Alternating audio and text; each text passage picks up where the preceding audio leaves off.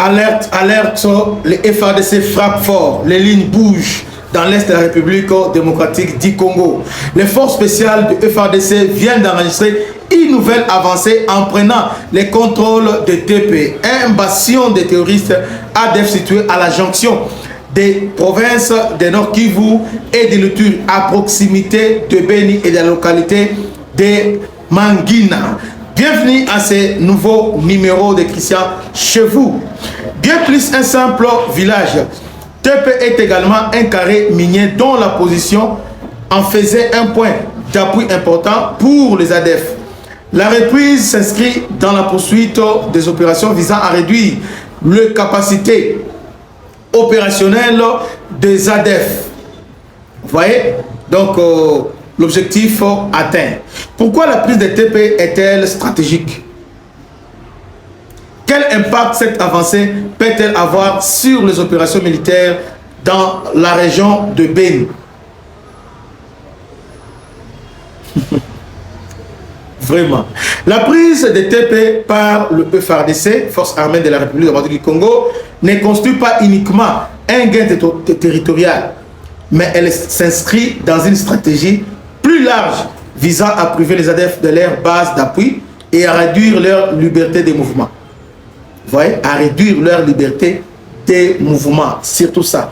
Situé à la jonction du Nord Kivu et de l'Ituri, près de Beni et de Mangina, TP est à la fois un village et un carré minier. Je dis bien un village et un carré minier. Son emplacement en faisait une zone d'intérêt pour les ADF susceptible de servir de point de repli, de circulation et de soutien logistique. Et c'est tout ça, le soutien logistique. Ça, il faut en préciser.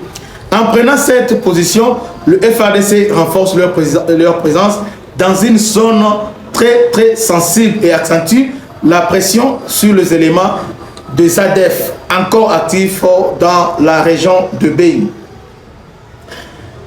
Reste désormais une question essentielle. Cette avancée marque-t-elle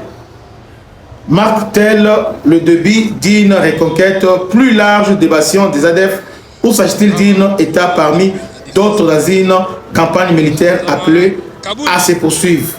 Les prochains développements sur le terrain permettront de mesurer la portée stratégique de cette opération. Restez branchés sur votre chaîne de Politico CD. À bientôt.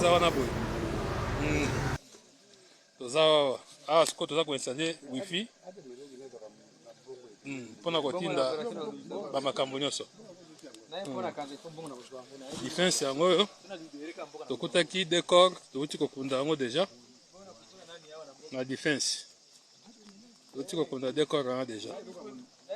OK biso na kati ya defense tokomisa yango tina suka. OK tina suka wa tokomisa bango.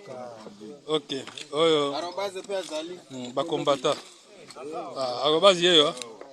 OK oh chimie maître Jamba. OK petit agano bazali. OK courage Eko Simba en tout cas merci beaucoup ma Simba pe filmer ngai filmer ngape awa tozana kati ya defense ya TP bandako yango wana ezomonana nyonso wana ndako yango wana tumbi babashe etikali kaka ya pamba bametre bazali oyo bapetene so bakadogo babazalendo oyo ageno escote na ngai toza na ye na maître Sumbaro convoyeur toza na tireur ya lance roquette aza wana. OK merci beaucoup courage elonge ezali nzambe aza kati na biso courage nzambe azosunga bakonzi bango oyo bazokamba opération tokosala opération mixte FARDC na wazalendo mboka yango na musika awa toza na TP na défense ya TP toza na Kabuli toza na observance général John koto pe Nathalie général Adam Loga koto wana commandant Mapika ye moko aza wana boye toza awa siko toza koinstalle wifi mpona kotinda bamakambo nyonso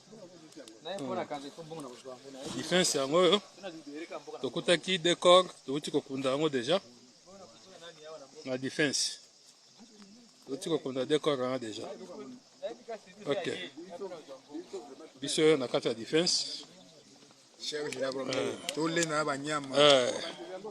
tokomisa yango tina suka ok tina suka awa tokomisa bango ok oyo bakombata arobase yeyo ok oyo chimie na maître jamba ok ok petit agano bazali ok courage Eko Simba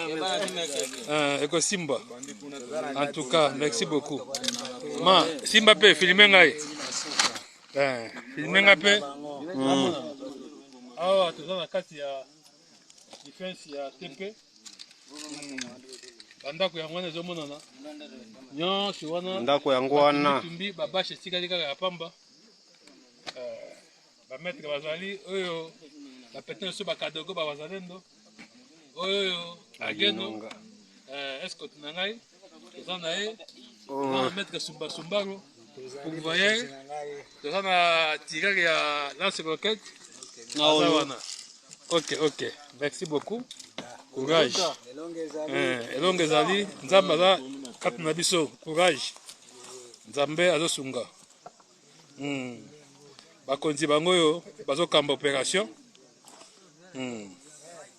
tokosala opération mixte FARDC na wazalendo mboka yango na mosika